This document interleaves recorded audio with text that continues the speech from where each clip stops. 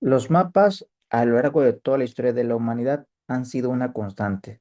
No solamente sirven para representar el territorio, sino también son útiles y han sido muy útiles para la toma de decisiones.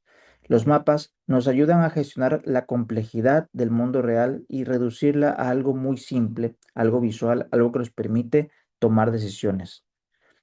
Hola, ¿qué tal? Pues mi nombre es Oscar y envío esta comunicación para participar en este Congreso Internacional y es Cartografía de la Ciencia Jurídica en el Aula, algo que venimos trabajando en estas redes de investigación a las cuales yo represento. Y bueno, partimos de una idea. El aprendizaje jurídico actualmente tiene muchos sesgos hiperformalistas. Una de las primeras cuestiones del hiperformalismo es que se prioriza la forma sobre el fondo.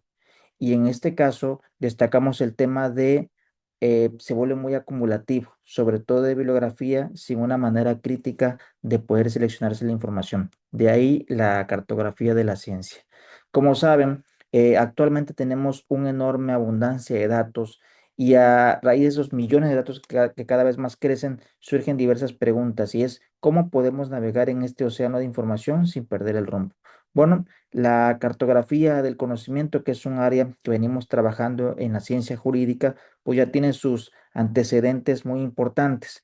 Básicamente es la interactividad entre el arte, la ciencia, el diseño y la ingeniería para poder navegar en este mar de datos o este mar de información. Ese es el enfoque de la ciencia jurídica que venimos trabajando y básicamente se hace de estas herramientas para poder estudiar de manera masiva el derecho. Y bueno, aquí tenemos un libro que es una obra muy importante, que es La ciencia de la ciencia, que nos ejemplifica perfectamente esto que venimos hablando de cómo ha cambiado el tiempo y en un mundo tan interconectado es necesario acudir a diversas herramientas. En este caso, destacamos algunas herramientas metacientíficas del derecho que son útiles para hacer esta cartografía del conocimiento. Está la bibliometría, la cienciometría, el análisis de redes, mapas de ciencia. Yo voy a destacar el tema de la bibliometría. Hay algunas herramientas como Boss Viewer que nos sirven para hacer bibliometría. También está, aquí tenemos a una autora que venimos trabajando, que es Katy Borner, que es experta en el mapeo de la ciencia.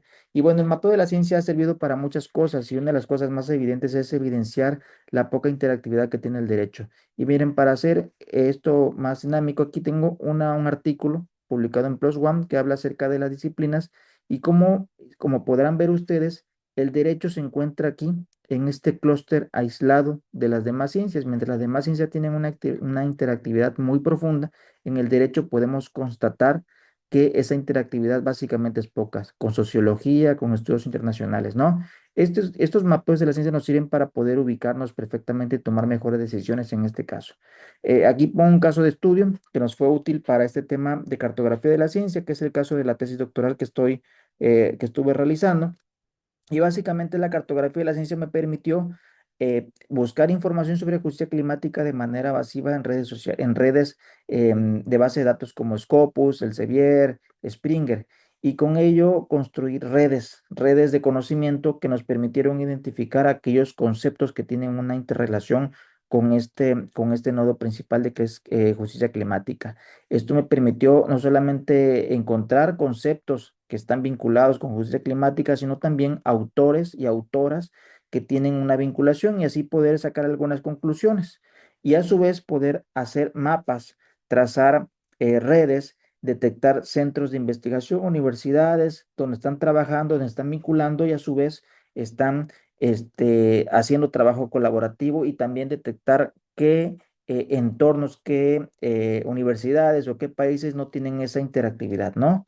Básicamente parto de esta imagen, mapear la ciencia, convierte el estado del arte en una práctica activa en el derecho. Y bueno, básicamente aquí voy a poner esta imagen de las Meninas de Velázquez, que básicamente nos invita a pensar más allá del cuadro original y a atender a diversas perspectivas. De eso se trata el mapeo de la ciencia, de poder observar de diversas perspectivas un nodo de interés. Y bueno, como la comunicación es muy poco el tiempo, pues yo aprovecho nada más para poner estas conclusiones aquí para su lectura. Entonces, te agradezco mucho el interés y quedo a la espera de poder compartir más mis hallazgos. Muchas gracias.